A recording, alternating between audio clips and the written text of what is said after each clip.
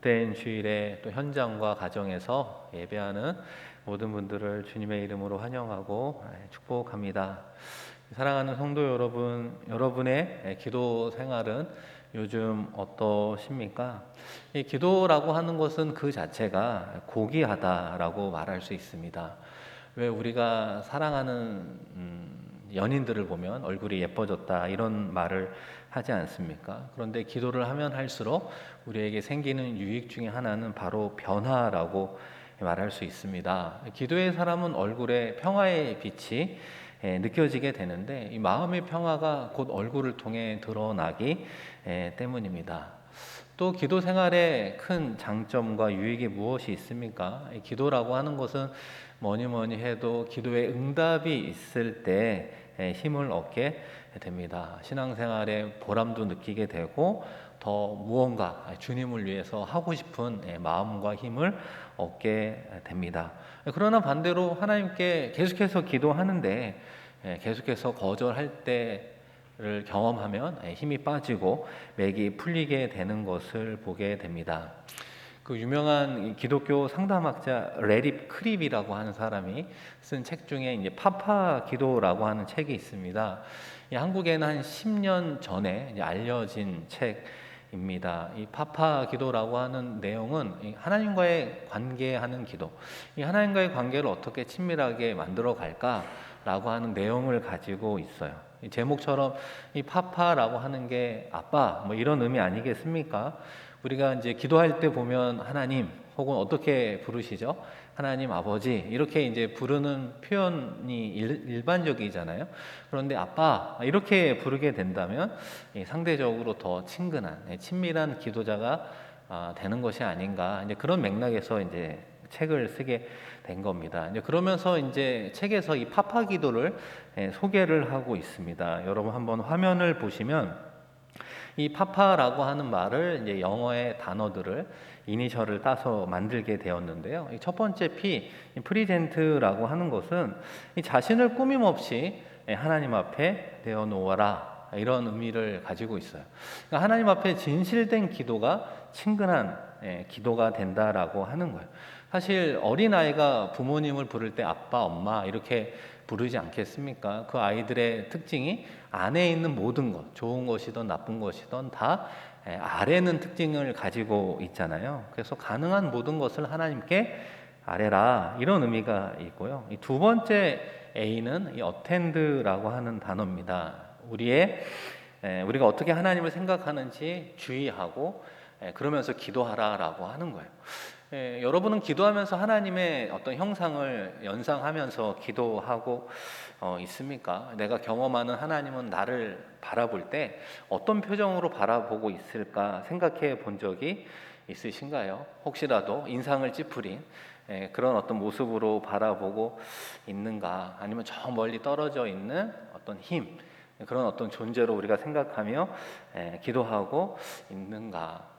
저의 어떤 경험을 통해 생각해 보면 특별히 눈물 흘려 이제 기도할 때 하나님께서 그 눈물을 닦아주고 안아주시는 그런 모습들을 보게 됩니다.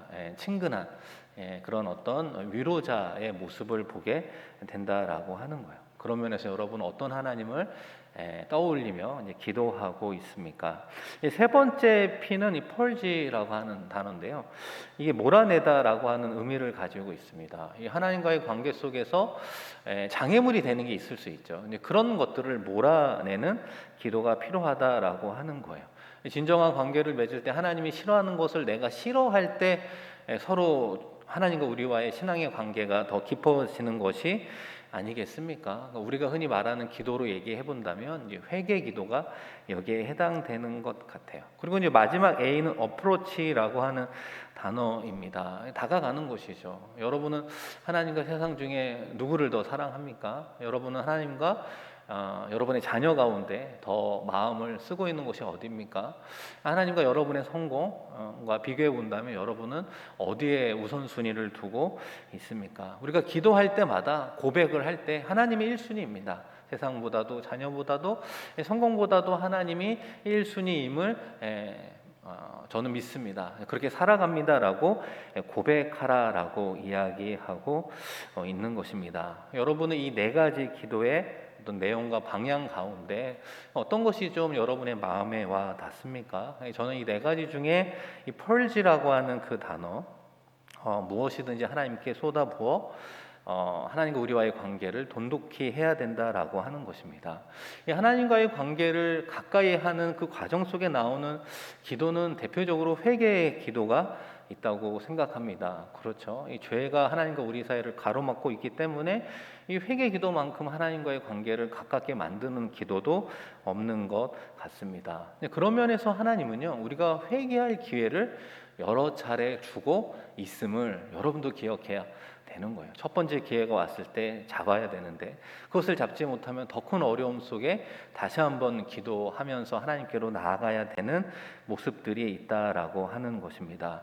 오늘 우리가 함께 다루고자 하는 다윗의 기도도 마찬가지인 것 같아요. 하나님께서 몇 번의 기회를 주었는데 다윗의 경우는 첫 번째 기회를 놓치고 말았습니다. 그리고 더 큰 어려움으로 다시 한번 두 번째 기회를 주었을 때는 정말 멋지게 그 기회를 붙잡고 하나님을 의지하며 나아갈 때 예배하신 하나님의 은혜의 선물을 누리게 되었던 것입니다. 그런 다윗의 기도에 대해서 한번 생각해 보려고 하는데요. 오늘 말씀의 배경은 여러분도 잘 아시는 사건입니다.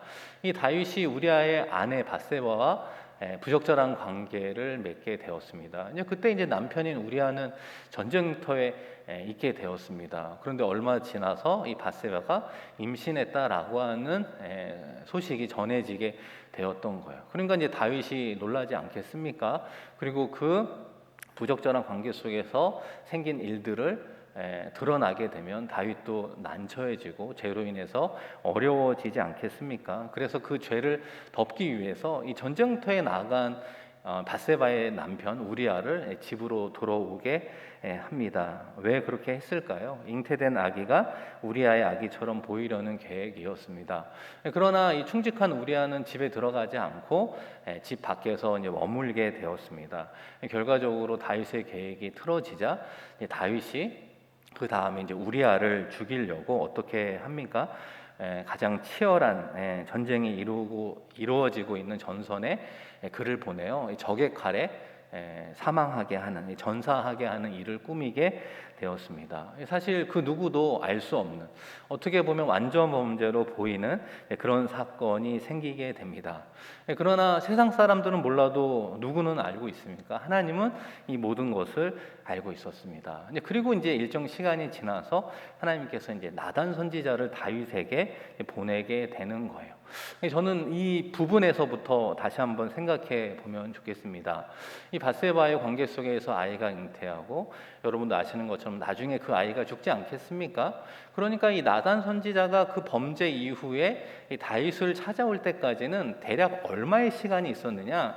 한 1년 정도의 시간이 있었다라고 하는 것을 알 수 있어요. 앞서 말씀드린 것처럼 어떻게 보면 하나님이 다윗에게 첫 번째 회개의 기회를 주었다, 이렇게 이야기할 수 있습니다. 그 1년이라는 시간 속에 다윗의 행적을 말씀을 드렸습니다. 그리고 그 이후에 다윗이 어떤 행동을 했는가 한번 생각해 보면 자기의 행동을 합리화했을 수도 있는 것 같아요. 내가 그래도 왕인데 하나님께서 이번 사건은 그냥 무마시켜 주시나 보다, 이렇게 생각했을 수도 있고요. 아니면 자신의 범죄로 인해서 양심의 갈등을 느꼈을 수도 있습니다. 그런데 중요한 것은 무엇입니까? 다윗이 첫 번째 회개의 기회 가운데 하나님 앞에 용서를 구하지 않았다라고 하는 것을 기억해야 되는 것입니다. 더 나아가 우리가 어떤 하나님을 보아야 되겠습니까? 아무리 다윗이라도 하나님의 마음에 합한 하나님의 사람이라 할지라도, 남유다가 멸망할 때마다 다윗을 생각해서 긍휼을 베풀어 주시는 하나님이라 할지라도 다윗의 범죄를 관가하지 않으셨다라고 하는 거예요. 하나님은 다윗의 죄를 기억하셨다라고 하는 것입니다. 그리고 더 나아가 동일하게 다윗에게 회개할 기회를 주었다라고 하는 것을 보아야 하는 것입니다. 이렇게 첫 번째 회개의 기회가 지나가게 되었습니다. 그리고 이제 하나님이 때가 되어서 나단 선지자를 통해서 어떻게 보면 두 번째 회개의 기회를 다윗에게 주고 있음을 보게 됩니다. 책망과 무서운 심판의 이야기를 선포하는데요. 여러분 사무엘하 12장 10절 한번 같이 읽겠습니다. 이제 내가 나를 업신여기고 햇사람 우리아의 아내를 빼앗아 내 아내로 삼았은즉 칼이 내 집에서 영원토록 떠나지 아니하리라 하셨고, 그 사건을 이야기하며 어떤 심판을 이야기하느냐, 전쟁이 끊임없이 일어난다. 그리고 여러분 성경을 보시면 이어지는 11절에도 다윗의 집에도 재앙을 내려요. 다윗의 아내들을 이웃들에게 내어줘 욕을 보인다, 이렇게 됩니다. 그리고 나중에는 어떤 일까지 벌어집니까?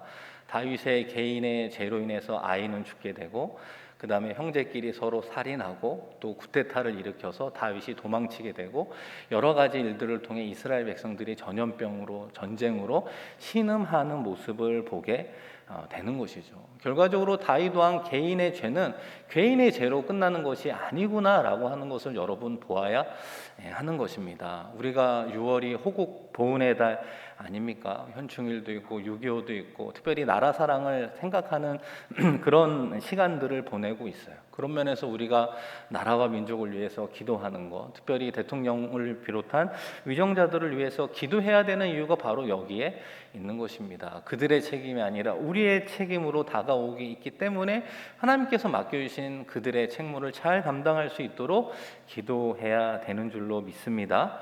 이런 어떤 죄에 대해서 하나님께서 심판의 이야기를 하게 됩니다. 그리고 이어지는 13절, 14절 말씀인데요. 우리 한번 같이 읽겠습니다. 다윗이 나단에게 이르되 내가 여호와께 죄를 범하였노라 하매 나단이 다윗에게 말하되 여호와께서도 당신의 죄를 사하셨나니 당신이 죽지 아니하려니와 이 일로 말미암아 여호와의 원수가 크게 비방할 거리를 얻게 하였으니 당신이 낳은 아이가 반드시 죽으리이다 하고, 하나님께서 이 다윗의 목숨은 건져 주신다라고 이야기합니다. 그런데 이 일로 인해 여호와의 원수가 크게 비방할 거리를 얻었기 때문에 이 다윗의 아이를 하나님께서 데려가시겠다, 이렇게 이야기를 했습니다. 이런 상황을 종합해 보면 하나님의 나단 선지자를 통한 하나님의 책망과 심판은 반드시 이루어지겠구나 직감할 수 있습니다. 이럴 때 여러분 다윗의 생각과 마음이 어떠하겠습니까? 아, 내가 하나님을 두려워하지 않았구나. 하나님을 두려워하지 않았기 때문에 이런 죄를 짓고도 일찌감치 회개하지 못했구나. 이런 생각을 할 수도 있고요. 그런 가운데에도 자신의 생명을 구원해 주신 하나님의 구원에 또 감사하며 또 기도했을 수도 있습니다. 그리고 여호와께 원수가 크게 비방할 거리를 얻었기 때문에 이 아이는 죽는다라고 하는 것은 하나님께서 이미 정하신 것이구나라고 체념할 수 있는 것이 바로 다윗의 현 상황임을 보게 되는 것입니다. 이 사랑하는 성도 여러분, 이 다윗이라고 하는 사람이 위대한 신앙인이라는 건 여러분 다 아시지 않습니까? 그가 비록 연약하여 이런 큰 죄를 범했을지라도 이 두 번째 회개의 기회를 받았을 때 하나님께서 말씀하신 책망과 심판으로만 그친 것이 아니라 그가 하나님을 향해서 멋진 신앙의 행동을 보여주었다라고 하는 것입니다. 여러분, 이것이 무엇입니까? 하나님께서는 아이를 데려가실 거다라고 하는 것을 알고 있었음에도 불구하고 다윗이 무엇을 시작했습니까? 기도를 시작했다라고 하는 것이 중요한 것입니다. 안 될 줄 알면서도 기도했다는 거예요. 불가능할 것처럼 보였지만 기도했다라고 하는 것입니다. 하나님으로부터 분명히 거절될 응답이라고 하는 것을 알면서도 기도했다라고 하는 것이 다윗의 위대한 신앙인의 면모라고 하는 것입니다. 다윗이 이런 생각을 한 것 같아요. 아이가 아직 살아있기 때문에 내가 할 수 있는 최선이 남아있다라고 하는 모습을 보여줌과 동시에 하나님은 하실 수 있습니다.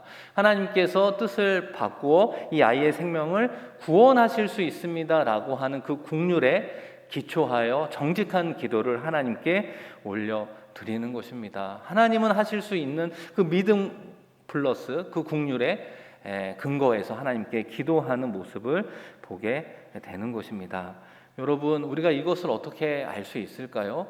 다윗이 정말 이런 부분에 마음을 두었다면 그 이야기처럼 마음을 다해 하나님께 기도하지 않았겠습니까? 왕의 체면으로 기도한 것이 아니라 형식적으로 기도한 것이 아님을 보게 되는 것입니다. 여러분 16절 17절 말씀을 보시면요, 다윗이 그 아이를 위하여 하나님께 간구하되 다윗이 금식하고 안에 들어가서 밤새도록 땅에 엎드렸으니 그 집의 늙은 자들이 그 곁에 서서 다윗을 땅에서 일으키려 하되 왕이 듣지 아니하고 그들과 더불어 먹지도 아니하더라. 이 다윗의 기도가 진심이었음을 보게 됩니다. 신음을 전폐하고 밤새도록 엎드려 하나님께 기도하는 것입니다. 이스라엘의 왕이지만 엎드려 하나님 앞에 겸손한 주의 종의 모습으로 간절히 기도하는 모습을 보게 되는 것입니다. 이 사랑하는 성도 여러분, 하나님께서 왜 우리에게 고난을 허락해 주실까? 그 여러 가지 이유가 있지만 몇 가지로 요약을 해본다면 이 사단의 공작이 있습니다. 믿는 사람을 자꾸 넘어뜨리게 하려고 우리에게 어려움을 주는 부분들이 있습니다. 그리고 또 하나는 욥의 고난처럼 우리의 신앙을 연단시켜서 정말 정금과 같은 신앙인으로 만들기 위해서 허락하시는 고난이 있고요. 세 번째는 무엇이 있습니까? 이 다윗의 경우처럼 죄의 문제로 인해서 생기는 고난과 어려움도 분명히 있음을 기억해야 되는 것입니다. 그렇기 때문에 우리 가운데 다가온 고난의 어려움을 보고 이렇다 저렇다 함부로 이야기할 수는 없습니다. 그러나 공통적으로 우리 모두는 인생 가운데 너무나 험한 고난의 파도를 맞이할 때가 있지 않겠습니까? 이 다윗과 같은 인생의 큰 위기가 우리에게 찾아올 때가 있다라고 하는 것입니다. 은행의 임원이 실적이 나빠요. 그 책임을 지게 되었고 다른 부서로 자천된다는 통보를 받게 되었습니다. 통보는 이미 난 거 아니겠습니까? 이제 곧 짐 싸고 이동해야 될 때 우리는 무엇을 할 수 있을까요? 이 사업을 하면서 생긴 어려움으로 인해 집을 팔고 진 빚을 갚게 되었습니다. 이사 갈 준비를 하면서 짐을 싸고 있을 때 우리는 과연 무엇을 할 수 있겠습니까? 이 사랑하는 가족이 중환자실에서 산소호흡기에 의지해 하루하루 살아갑니다. 어느 날 의사 선생님이 마음의 준비를 하라고 이 가족에게 통보를 해 주었을 때 이 남은 가족이 과연 무엇을 할 수 있을까요? 우리는 오히려 무엇을 하기보다는 이렇게 항변하며 하나님 앞에 따지지 않겠습니까? 하나님, 남편이 실적을 위해 얼마나 최선을 다했는지 아시지 않습니까? 하나님, 남편이 사업장에서 성실하게 일하고 또 교회에서는 얼마나 열심히 봉사하며 신앙생활했는지 하나님이 아시지 않습니까? 하나님, 이 가정의 건강 회복을 위해 성도와 온 가족이 기도했는데 어떻게 이런 결과를 주실 수 있겠습니까? 해결할 수 없는 일, 불가능한 일, 돌이킬 수 없는 일이 우리에게 통보되었을 때 우리는 너무나 쉽게 자포자기하고 더 이상 기도할 의지도 마음도 잃어버리게 되는 것 아니겠습니까? 그리고 여기서 그치는 것이 아니라 원망 어린 기도를 하게 되는 것이죠. 더 이상 기도하면 뭐해? 기도한다고 도대체 무엇이 달라지나? 기도의 회의론에 빠지게 되고 하나님조차 의지할 마음을 잃어버리는 연약한 우리의 모습을 보게 되지 않습니까? 사랑하는 성도 여러분, 그때 우리는 어떻게 하면 좋을까요? 그럼에도 불구하고 오늘 말씀은 우리에게 하나의 대답을 향해 이야기해 주고 있습니다. 그럼에도 불구하고 기도해야 됩니다. 하나님께서 기도를 듣지 않기로 작정하신 것처럼 보일 때에도 기도해야 되는 것입니다. 기도해도 소용이 없는 것처럼 보일지라도 간절히 하나님께 기도해야 되는 것입니다. 사랑하는 성도 여러분, 다윗의 경우 다윗이 원하는 대로 이루어지지 않았음을 보게 됩니다. 다윗도 간절히 기도했지만 다윗이 원하는 대로 하나님께서 응답해 주지 않았음을 보게 됩니다. 그런데 그 거절의 응답을 통해 다윗이 무엇을 깨닫게 됩니까? 하나님을 새롭게 인식하게 되는 거예요. 하나님을 두려워하고 하나님을 경외하는 사람이 되는 거예요. 하나님을 창조주 하나님으로 만왕의 왕으로 우리의 주권자 되심을 다시 한번 다윗이 새롭게 깨달았기 때문에 다윗의 남은 인생이 하나님의 은혜 가운데 새롭게 펼쳐질 수 있음을 보게 되는 것입니다. 이스라엘의 왕으로 살았으니 다윗도 시간이 지나면서 얼마나 교만해졌겠습니까? 그러나 이번 사건을 통해 다시 한번 하나님 앞에 겸손한 자신의 모습을 보게 되는 것입니다. 그리고 하나님의 뜻을 받아들이는 성숙한 신앙인이 되었던 것을 보게 돼요. 여러분, 우리가 그것을 어떻게 알 수 있습니까? 다윗이 기도하고 있는데 자꾸만 수군거리는 신하들의 모습을 보며 눈치를 채게 되잖아요. 그래서 물어보게 됩니다. 아이가 죽었느냐? 그런 질문에 아이가 죽었다라고 하는 이야기를 듣고 어떻게 합니까? 다윗이 일어나 몸을 씻고 의복을 갈아입고 하나님께 예배하는 모습을 보게 되는 것입니다. 일상으로 돌아온 거예요. 생사화복의 주관자가 하나님이십니다 라고 하는 것을 인정하고 받아들이는 겸손한 신앙인으로 다시 일상으로 돌아오게 되는 것을 보게 되는 것입니다. 그런 의미에서 정말 우리는 하나님을 경외하고 있습니까? 우리의 삶의 주인으로, 주권자로 하나님을 인정하고 있습니까? 우리의 거절된 기도의 응답을 통해 우리는 그런 하나님을 배울 수 있음을 보게 되는 것입니다. 동시에 이 상황 속에 다윗이 기도했던 그 기도를 하나님께서는 여러분 어떻게 듣고 있었을까? 여러분 한번 생각해 보겠습니까? 불가능한 상황이라고 보이는 그 가운데 다윗이 기도했던 그 기도를 하나님께서는 어떻게 평가했을까요? 다윗이 끝까지 하나님을 믿고 있구나, 하나님을 신뢰하고 있구나, 하나님만을 의지하고 있구나, 그런 믿음과 의지와 신뢰 속에서만 나올 수 있는 기도를 드렸구나, 하나님은 다윗의 기도를 그렇게 평가했을 것입니다. 그래서 8일 동안 엎드려 기도했던 다윗의 그 기도를 그 어느 때의 기도보다도 더 민감하게 듣고 계시고 더 모습을 바라보고 계시고 기도의 내용을 하나님께서 기억하고 있는 것입니다. 그런 의미에서 하나님은 다윗의 기도를 듣고 있는 것이 아니라 하나님은 다윗의 기도를 통해 다른 변형된 응답으로 준비하고 있었음을 보게 되는 것입니다. 우리가 원하는 대로 하나님이 응답해 주지 않을지라도 그 상황 속에서 포기하지 않고 기도할 때 하나님께서는 다른 모습으로 은혜의 응답을 준비해 주고 있음을 우리에게 보여주고 있는 것입니다. 세 가지로 나오고 있지 않습니까? 이 첫 번째는 하나님께서 바세바를 다윗의 아내로 인정해 주고 있음을 보게 됩니다. 여러분 사무엘하 12장 15절 말씀을 성경을 통해서 한번 보시면 이런 표현이 나와요. 우리아의 아내가 다윗에게 낳은 아이라고 하는 표현입니다. 이 표현이 여러분 말도 안 되지 않습니까? 우리아의 아내가 우리아에게서 아들을 낳아야 되는데 엉뚱하게 다윗에게 아들을 낳아 주었다라고 하는 겁니다. 성경은 이 표현을 통해 무엇을 이야기하느냐? 하나님이 인정하지 않는 부적절한 관계였음을 보여주고 있다라고 하는 것입니다. 그러나 이 기도 이후에 어떻게 표현이 바뀌게 됩니까? 여러분 24절 초반에 보시면 다윗이 그의 아내 바세바를 위로하고, 이 여인에 대한 표현이 바뀌어 나타나고 있는 거예요. 하나님께서는 성경을 통해 다윗과 바세바의 관계를 아내라고, 그의 아내라고 적어주시며 그들의 관계를 인정해 주었음을 보게 되는 것입니다. 그 또 다른 선물의 응답으로부터 시작하여 두 번째는 바세바를 통해 다른 아들을 허락해 주셨다라고 하는 겁니다. 여러분 24절 25절을 한번 같이 읽겠습니다. 다윗이 그의 아내 바세바를 위로하고 그에게 들어가 그와 동침하였더니 그가 아들을 낳음에 그의 이름을 솔로몬이라 하니라. 여호와께서 그를 사랑하사 선지자 나단을 보내 그의 이름을 여디디디아라 하시니 이는 여호와께서 사랑하셨기 때문이더라. 아멘.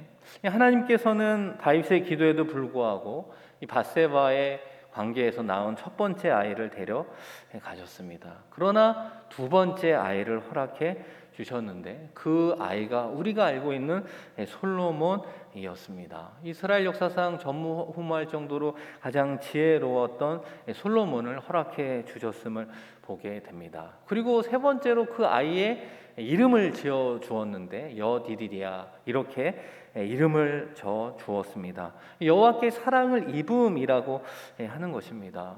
생각해보면 성경에 하나님께서 아이의 이름을 장명해 준 경우가 어디에 있겠습니까? 그리고 그 이름이 여호와께 사랑을 받은 아이다 라고 하는 이름을 가진 아이가 누가 있겠습니까? 왜 하나님께서는 이 아이에게 하나님의 사랑을 가득 담은 아이라고 이야기해 주었겠습니까? 그것은 바로 다윗의 기도로 시작됐음을 보게 되는 것입니다. 거절될 것을 알면서도 하나님을 의지하고 신뢰하고 붙잡았던 그 다윗의 그 기도를 하나님께서 높이 평가해 주셔서 정말 다윗을 사랑하는 마음으로 그 이새에게도 그 사랑을 고스란히 전해주고 있음을 보게 되는 것입니다. 사랑하는 성도 여러분, 이런 응답의 선물들은 다윗이 구체적으로 기도한 기도의 응답으로 주신 것이 아님을 보게 되는 것입니다. 오늘 말씀을 통해 이런 결론을 말씀드리고 싶습니다. 이 신앙인에게, 성도에게 있어서 이 기도의 거절은 없어 보인다라고 하는 것입니다. 때로는 노라고 하는 응답, 때로는 웨이팅의 응답이 있을 수 있지만 그럼에도 불구하고 계속해서 기도할 때 하나님의 변형된 응답이 우리에게 있음을 믿으시기를 바랍니다. 그렇기 때문에 우리는 계속해서 기도할 수 있음을 보게 되는 것입니다. 우리의 현실이 어떠하든지 다시 한번 하나님 앞에 기도하는 삶을 살아가는 우리가 되었으면 좋겠습니다. 이미 결론이 나 있다 할지라도 기도를 포기하지 않고 하나님 앞에 매달려 기도하는 우리가 되었으면 좋겠습니다. 하나님께서는 그 모습을 어떻게 바라보겠습니까? 하나님께 기도했다는 사실, 하나님을 의지했다는 사실, 하나님께 회개했다는 사실, 소망은 오직 하나님께만 있습니다라고 고백했다는 그 사실을 하나님께서는 기억해 주시는 줄로 믿습니다. 그리고 그 기억을 통해서 예배하신 다른 하나님의 은혜의 응답으로 우리에게 멋진 선물을 허락해 주실 줄로 믿습니다. 사랑하는 성도 여러분, 지금 우리의 기도가 거절되어 힘을 잃거나 눈물 흘리고 있는 성도님들 계십니까? 다시 한번 이번 한 주 하나님을 향해서 기도하는 우리가 되었으면 좋겠습니다. 다시 한번 하나님을 의지하고 신뢰하며 믿으며 나아갈 때 역사하신 하나님의 모습을 믿음의 눈을 들어 바라보며 누리며 이번 한 주도 승리하는 저와 여러분 되기를 주의 이름으로 간절히 축원드립니다. 우리 이 시간 말씀을 기억하며 함께 기도하겠습니다. 우리가 무엇보다도 6월 한 달을 보내면서 이 나라와 민족을 위해서도 함께 기도했으면 좋겠습니다. 대통령과 위정자들을 하나님 함께하여 주셔서 맡겨주신 귀한 책무 잘 감당하며 나아가 하나님의 백성들을 잘 섬길 수 있도록 은혜 더하여 주시옵소서. 더불어서 힘들고 어려운 상황 속에 놓아버린 우리의 기도의 줄이 있지는 않습니까? 그 기도의 줄을 붙잡고 다시 한번 기도의 자리에 서게 하여 주시옵소서. 이미 결론이 나 있을지라도 기도했다는 사실, 하나님을 의지했다는 사실, 하나님께 회개했다는 사실, 소망은 오직 하나님뿐이라고 고백했던 그 사실은 하나님 앞에서 사라지지 않음을 믿습니다. 하나님께서 기억하시고 예배하신 은혜로 우리를 찾아와 주실 것을 또한 믿습니다. 이번 한 주 다시 한번 기도자로 서겠습니다. 우리의 기도 가운데 하나님 함께하여 주옵소서. 말씀 기억하며 간절히 하나님께 기도합니다. 하나님 아버지, 이번 한 주도 주님의 은혜 가운데 지켜주시고 다시 한번 우리를 주의 성전으로 불러주시니 고맙고 감사합니다. 다시 한번 하나님을 예배하는 예배자요 기도자로 서게 하여 주옵소서. 주일만 예배하는 예배자가 아니라 아버지 하나님, 우리의 삶의 예배자로 아버지 하나님, 교회에서만 기도하는 것이 아니라 삶의 모든 자리에서 하나님을 의지하며 기도하며 최선을 다하는 우리들이 되게 하여 주시옵소서. 때로는 절망스러운 상황, 때로는 불가능한 상황, 이미 결론이 나 있는 상황일지라도 다시 한번 하나님을 붙잡는 믿음으로 기도하게 하여 주시옵소서. 그런 기도를 하나님께서 들으시고 기억하여 주시는 줄로 믿습니다. 때로는 우리가 원하는 대로 응답하지 않을지라도 우리는 그 아버지 하나님 거절된 응답 통해 하나님의 경외하며 우리의 주권자 되시는 하나님을 만나게 됩니다. 더욱더 우리의 기도를 들으시고 하나님의 은혜의 응답으로 함께해 주실 것을 또한 믿습니다. 그 믿음으로 나아가 승리하는 우리 모두가 되게 하여 주시옵소서. 아버지, 어렵고 힘든 상황 가운데 눈물을 흘리는 사랑하는 성도들의 눈물을 닦아주시며 위로하여 주시며 다시 한번 기도하며 나아갈 수 있는 힘과 용기 더하여 주시옵소서. 오 아버지 하나님 감사합니다. 주님 바라보며 주님 의지하며 나아가온 하나님 함께하여 주시옵소서. 감사드리며 귀하신 예수님 이름으로 하나님 아버지, 우리의 삶의 자리에 크고 작은 아버지 하나님 어려움과 고난의 파도가 다가올 때가 너무나 많이 있습니다. 결론이 나 있는 것 같은 상황 속에서 더 이상 기도할 힘과 아버지 하나님의 은혜를 잃어버린 채 아버지 하나님을 원망하며 살아갔던 우리의 연약함을 용서하여 주시옵소서. 다윗이 불가능한 상황 속에서 다시 한번 하나님께 기도하며 나아갔던 것처럼 우리도 그 기도의 본을 쫓아 다시 한번 하나님께 엎드려 기도하는 기도자로 살아가게 하여 주시옵소서. 어렵고 힘든 상황에 기도했다는 사실, 하나님을 의지했다는 사실, 하나님께 회개했던 사실은 사라지지 않음을 믿습니다. 하나님께서 기억하여 주시고 다시 한번 우리의 삶의 자리에 필요한 것을 하나님께서 예배하시고 은혜의 응답으로 함께해 주실 것을 믿습니다. 그 믿음으로 이번 한 주도 승리하는 우리들의 아름다운 발걸음 삼아 주시옵소서. 감사드리며 귀하신 예수 그리스도의 이름으로 축복하며 기도합니다. 아멘.